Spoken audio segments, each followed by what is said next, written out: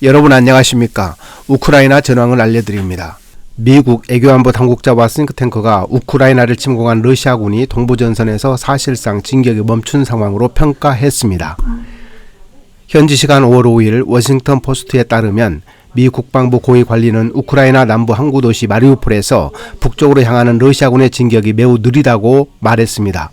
미국 전쟁연구소 ISW는 현재까지 우크라이나군은 러시아군의 이지움 남동쪽 리만 슬라반스크 크라마토르스크 서쪽에서 집중 공격을 막아냈다고 분석했습니다. 특히 이날 러시아군이 동부 지역에서 우크라이나군을 향해 여러 차례 공격을 시도했지만 실패했다고 전했습니다. 우크라이나군은 동부 하르키우 주변 지역과 헤르손, 자포리자 등 남부 지역에서도 러시아군을 몰아내고 있다고 밝혔습니다. 러시아가 미국과 서방 국가의 무기가 우크라이나로 들어오는 것을 막기 위해 우크라이나 교통 인프라 시설을 집중 공격했습니다. 체코는 우크라이나 전투 장비를 지난주부터 수리를 시작했다고 합니다. 슬로바키아 방위산업체들이 우크라이나 지상군 군사장비 수리 업무를 시작했다고 슬로바키아 국방장관이 SNS를 통해 현지 시간 5월 3일 밝혔습니다.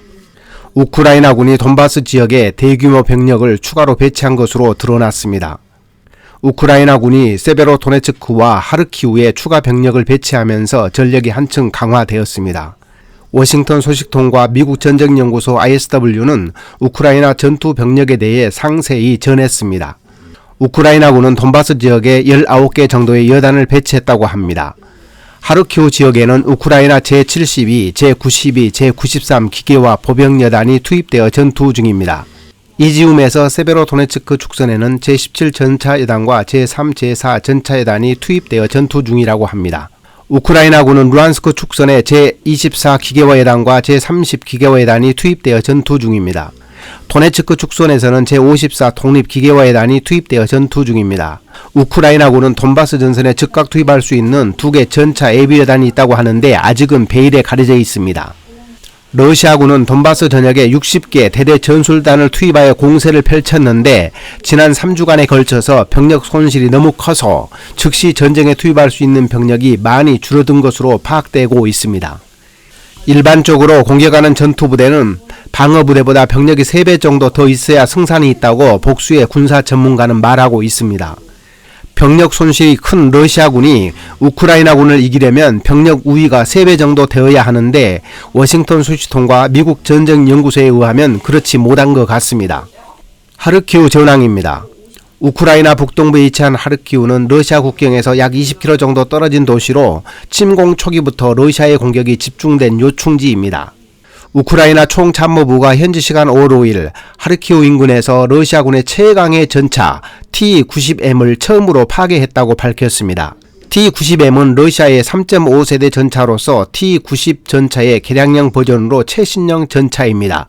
현지 시간 5월 4일 러시아군 T-90M 전차가 하르키우에 배치된 우크라이나 전차를 공격하려다가 우크라이나 드론에 의해 위치가 노출되었고 위치를 파악한 우크라이나 포병이 122mm 자주 곡사포로 정밀 포격하여 전소시켰습니다. 우크라이나 매체 키우 인디펜던트의 국방 담당 기자 일리아 포노마렌코는 트위터에 T-90M의 잔해로 보이는 사진을 올리고 하르키우 전역에 투입된 러시아군 T-90M이 러시아 측의 선전, 세계 최고의 전차라고 과시한 것과 달리 불과 며칠 만에 사냥당할 것이라고 누가 생각했겠느냐고 적었습니다. 다음은 도네츠크 지역입니다.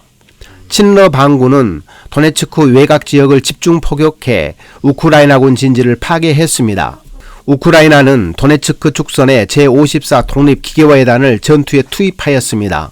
우크라이나 인터넷 신문 프라우다는 현지 시간 5월 4일 오전에 도네츠크 인근 마케프카 유류고가 우크라이나군의 포격으로 파괴되었다고 현지 시간 5월 5일 보도했습니다. 이로 인해 러시아군은 2만 톤 정도의 엄청난 유류 손실을 보아 도네츠크 전선의 유류 보급에 큰 차질을 빚게 되어 이 지역의 러시아군의 전투력에 차질을 빚게 되었습니다. 러시아 크렘린 대변인은 러시아는 5월 9일 전승 기념일에 우크라이나에 대한 전면전을 선포할 계획이 전혀 없고 이는 터무니없는 소리라고 현지 시간 5월 4일 주장했습니다. 러시아 대변인은 러시아가 우크라이나에 전면전을 선포하고 국가 총동원령을 발표한다라는 말은 대응 가치도 없는 터무니없는 말이라고 주장했습니다. 러시아 크렘린 대변인은 러시아가 아조스탈 제철소를 공격한 적 없다. 최고 통수권자는 러시아군을 보호하기 위해 공격을 중지하라는 명령을 내렸다고 말했고, 러시아가 아조스탈을 공습하고 공격하고 있다는 것은 가짜 뉴스라고 말했습니다. 서방 외신들은 이러한 입장 표명에 대해 믿기 어렵다는 반응을 보이고 있습니다. 다음은 마리우폴 소식입니다. 마리우폴 아조스탈 제철소에서는 여전히 격전 중입니다. 우크라이나와 러시아가 5월 5일부터 5월 7일까지 아조스탈 내에서 휴전에 합의했습니다. 러시아가 우크라이나 남부 항구도시 마리우폴의 아조스탈 제철소에서 민간인이 추가로 대피하도록 휴전할 것이라고 밝혔습니다. 아조스탈 제철소는 마리우폴 최후 항전 거점지입니다. AFP 통신 등에 따르면 러시아 국방부는 현지 시간 5월 4일 아조스탈 제철소에 휴전을 시행해 민간인 대피를 위한 인도적 통로를 5월 7일까지 사흘간 설치한다고 발표했습니다. 이번 휴전이 잘 지켜져 민간인이 무사히 대피했으면 좋겠습니다. 러시아군은 미콜라이우에 대한 공습을 계속했습니다. 우크라이나군 제128 강습여단이 박격포로 포격을 가해 러시아 전차 BMP-3를 파괴시켰습니다. 남부 전선에서의 러시아 공격은 모두 실패로 돌아갔습니다. 끝까지 시청해주셔서 감사합니다. 다음 시간에 뵙겠습니다.